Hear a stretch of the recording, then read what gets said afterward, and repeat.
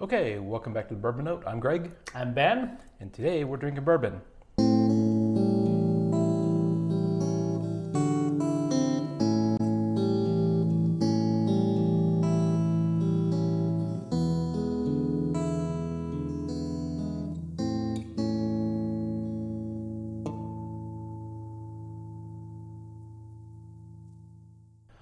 All right, it looks like we have a 1792 product in front of us, Ben, and you said there's a story. Yeah, there's a reason why we're drinking this one is because I have to drink this bottle down. Well, to be honest, the reason is it's a bourbon. Well, there's that. Yeah. This is a functional bottle kill situation gotcha. that's going to take place tonight.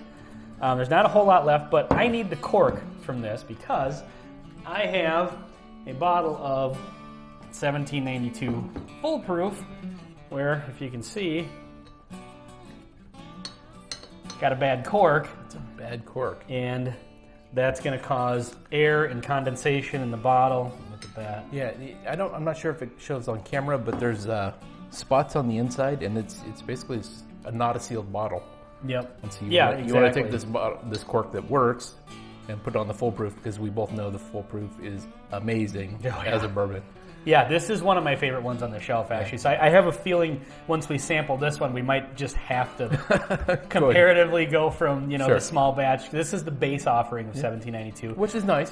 It's very nice, yeah. And they've got a whole line of products. They've got the bottle and bond, the single barrel, the full proof, the sweet wheat 12-year. Yeah. I think there's some even more obscure ones. I think I have 4 of them. Yeah. So, So anyway. I think later on, get together with some friends. Yeah. Offer everyone a pour of this just to get rid of the bottle. Let's just get this off to the side for now. Well, you know what? Let's leave it in there. It'll be back. Yeah, it's going to come back. So this is a Barton product. I don't really know a whole lot about it. I believe it's said to be a high rye. It's about as much as I know about it. For the longest time, I was kind of reluctant to pick one up. And I got the full proof and maybe bottle and bond and tried them, and boy was I surprised. They were impressive. Yeah. This was the first one I had because I just wanted to try the base model. Yeah. You know what? I'm switching the cork right now. That's right. Because this bottle is not long for this world. Oh, look at that. Definitely was.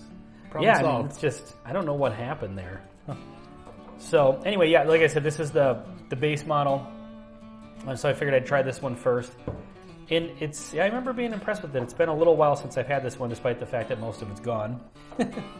It is a 93.7 proof, so it comes at a nice place. Sure, yeah. I had a little jump out of the glass there, almost got right in my eye. Nice and rich on the nose. Very. It is super sweet, though. It comes across as almost cotton candy-like. Pink or blue? Oh, definitely pink. Yeah, always the pink? Okay. See, I get a good, like a deep, like a rich caramel and barrel char. Maybe not the char so much, but just the barrel, the oakiness of the barrel, and a good... Sometimes with higher rye in this, maybe just because I'm assuming this is a higher rye based on what I've heard. But I find, along with that kind of rye spice and the typical rye flavors that you get, sometimes you get that nice, deep, sort of darker note on whatever you're getting. If it's a caramel or a brown sugar or something like that, you get a darker version of it.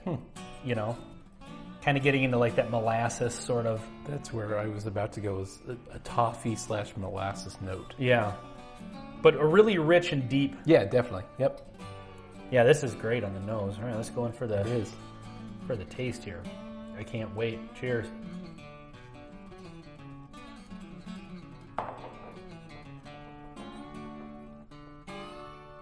Man.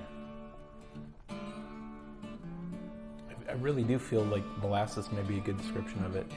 It's sweet, but not overwhelming. Yeah. Like it's got a nice balance to it. There's a good barrel spice to it. There's a spice. It's not just the oak flavor, but it's a barrel spice. Yep.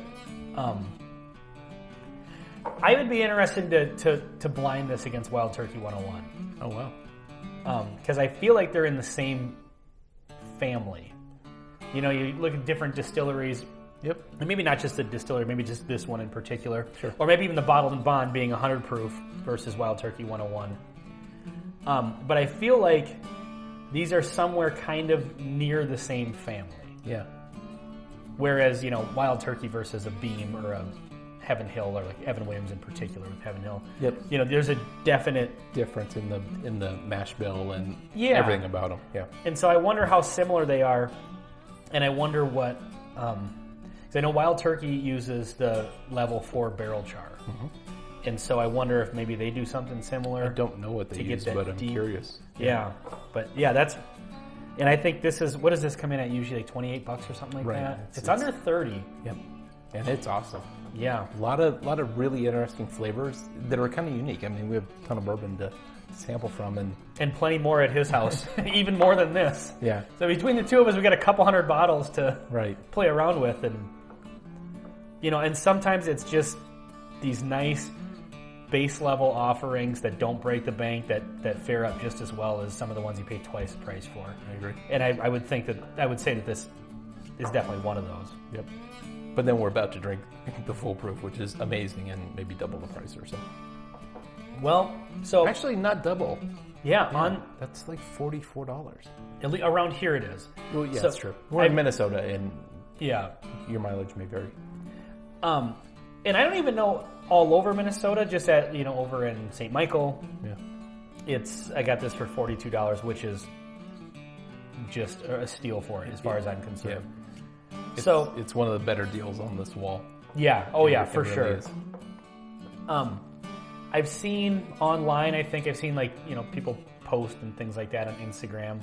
Overpriced Bourbon is a great page on Instagram where they show Totally. overpriced stuff, but also good price stuff. Good And I've prices. seen this on there for like $55 with thumbs up for good price. So 42, I think we're getting I think so. getting away with it for as long as we can. So I'm excited to get into this full proof. So I'm gonna finish this one down here. All right, I'll finish up. But yeah, this is wow. You know what? As I'm having a few more sips of it, or maybe just a bigger sip right there, got a really oaky peanutty note. I wouldn't have necessarily thought that until you said it in the power of suggestion. But not just nutty, like, some stuff you get like the salty peanut shell, whatever. Like just plain peanuts, not an almond, not a cashew, just plain peanut. Yeah. Like that, like a handful of Sure. dry roasted peanuts. Huh. I get a note that I really attribute to the grain, and I assume it's the rye. Mm-hmm. Like it's a real dryness, but totally different than the alcohol dryness. Yeah. And it's interesting. And I think that's what I'm picking up too, and what's kind of, Yeah. for me, is triggering that peanut note. But yes, it's a dryness. That's perfect. Yeah. But yeah, it's a really awesome bourbon. So if you see it, less than $30, it's a steal. Yep. So I'm excited to be able to just kill this one tonight. It provided a purpose, and that is to rescue a more expensive bourbon. It did. So do you think we need to rinse here, or since we're in the same family, Yeah, it's the same family. just go with it? So this is the full proof version. This one happens to be a store pick, and I've actually not had a non-store pick. This is the only full proof I've had. I should bring my bottle over.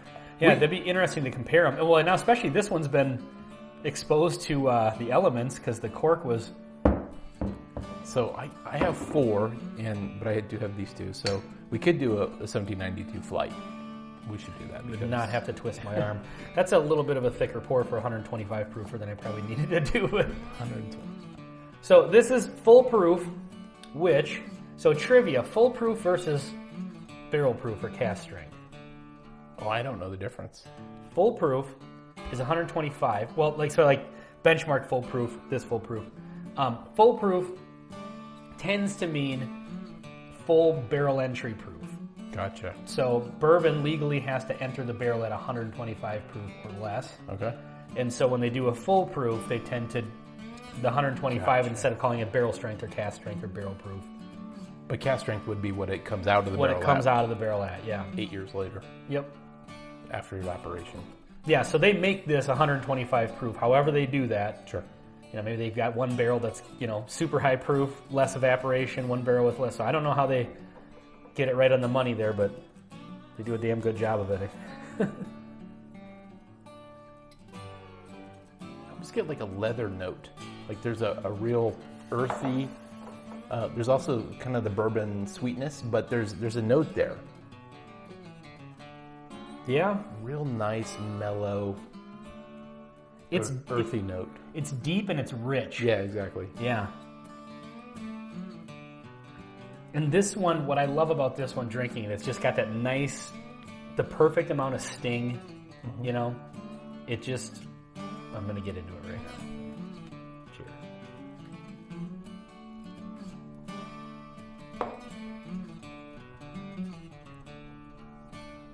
Oh, that's so good. There's so much that happens initially there's a flavor, then it's not even a mid and a finish. There's like 5 different levels where it changes and changes again and changes again, and every step of the way there's an alcohol spice, but it doesn't overpower all the other flavors. And it's not like alcohol, it's like a spice. Yeah, that's a perfect way of saying it. It's the proof. There's rye spice and maybe barrel spice, alcohol spice as well. There's a sweet spice, if that makes sense. Yeah. It's almost like an inflating balloon. Like you take a sip of it, and the second it hits your mouth, it builds. The flavor just starts building and building and building and just keeps going. Yeah. And then turns into a really nice long finish. Mm-hmm. And the entire continuum is different flavors. Yeah. This is absolutely like the surprise bourbon you pull out late in the evening, after you've done a flight and say, okay, we've tasted all these other bourbons that are interesting. Now try this. And it's probably cheaper than a ton of bourbons and readily available. At least in Minnesota. Yeah. I see it everywhere, but... Yeah, this one, I actually bought this on your recommendation. We were hanging out one night, and you had mentioned that the 1792 Full Proof was one of your favorite ones on your shelf. Very impressive. And I had only had this one. I was like, oh, well, this one's good. So, yeah. But man, that's a bold statement. Because you got a substantial bourbon shelf. So I went and bought it, and yeah, it absolutely was not disappointed. This is just, I can't say enough good things about this one. Yeah, it's unique. Yeah, so I think the store picks are gone from where I bought this, but they still have it on the shelf at $42. So I think we're particularly getting, it might even be just our particular corner of Minnesota that has that price. Could be. But yeah, I can't recommend this enough. If you're into higher proof bourbons, if you haven't had this one, do yourself a favor. I agree. This is one of those ones where people spend so much time tracking down allocated stuff. And a lot of times it's really good. There's plenty of allocated stuff that'll knock your socks off. There's some of it that's like, good, but... okay, it's maybe overhyped a little bit, Yep. But this one, I mean, if you're looking for just... a surprise hit. Yeah, and pure quality, good, high proof. Yeah, this one, absolutely recommend to the fullest. I agree. I just want to keep drinking this all night now. Well, I mean, that's probably what we're going to do. But we should probably close out the video. So. Yeah, I was going to say, at 125 proof, this is maybe not one you drink all night. You maybe have a good pour of this one and then just put that away and go to a lower proof one for the rest of the evening. Might be a good idea, but especially when it drinks this nice. That's a curious thought. Do you build up or down? Well, I've done both, and... There's no good outcome. Yeah, I mean, because then the lower proof one just gets too easy to drink, so you have way more, and yeah, it can go either way. So we're going to kill this bottle tonight. We are not going to kill this bottle tonight. It's not going to be a good idea. That's a good plan. Anyway, so this has been a couple of 1792 products. Cheers. Thanks for watching.